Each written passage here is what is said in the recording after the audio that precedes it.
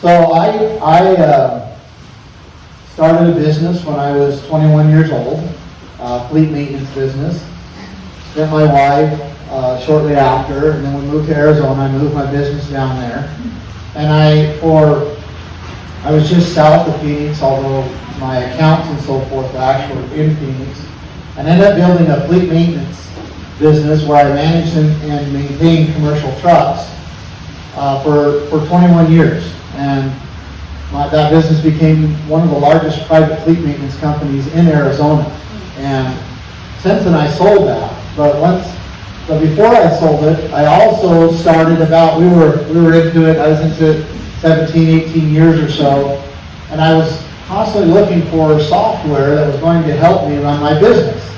Because it just wasn't anything out there. We were like using different softwares for financial, then to track the maintenance, and then to try to manage the technicians and all of that, do service orders. Those were all different softwares. And I looked for a software, couldn't find it that would fit my business, or even for that industry, really. And so I decided, well, hey, we're doing all right as a business. I've got some resources. And I decided I was going to make my own software. And so I hired the right people. I hired a programmer. I hired a project manager. And then my team that I already had, took us about 3.5 years. We built a fleet maintenance shop management software.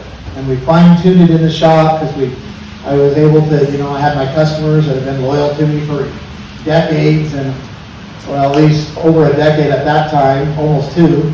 And I said, hey, we want to test the software out on you. And I had my technicians, and I had my vendors, and and then my office staff. And so we were able to fine tune it really, really good.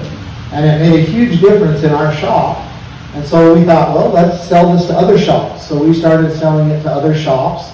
And now it's one of the leading and top fleet maintenance shop management softwares in North America. And I've also sold that too. So both of those businesses, I started from scratch, and they became multi-million-dollar businesses. And I hired and employed hundreds of people, dealt with millions of dollars of annual budgets, and all the stuff that goes on with that. And if you have business, can relate to that. And again, why do I tell you that? Because I want you to understand who I am.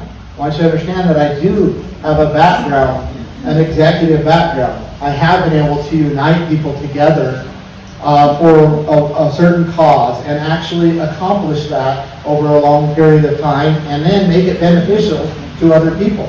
And I think that should mean something to people. At least you should know that when you're considering who you're going to vote for as governor.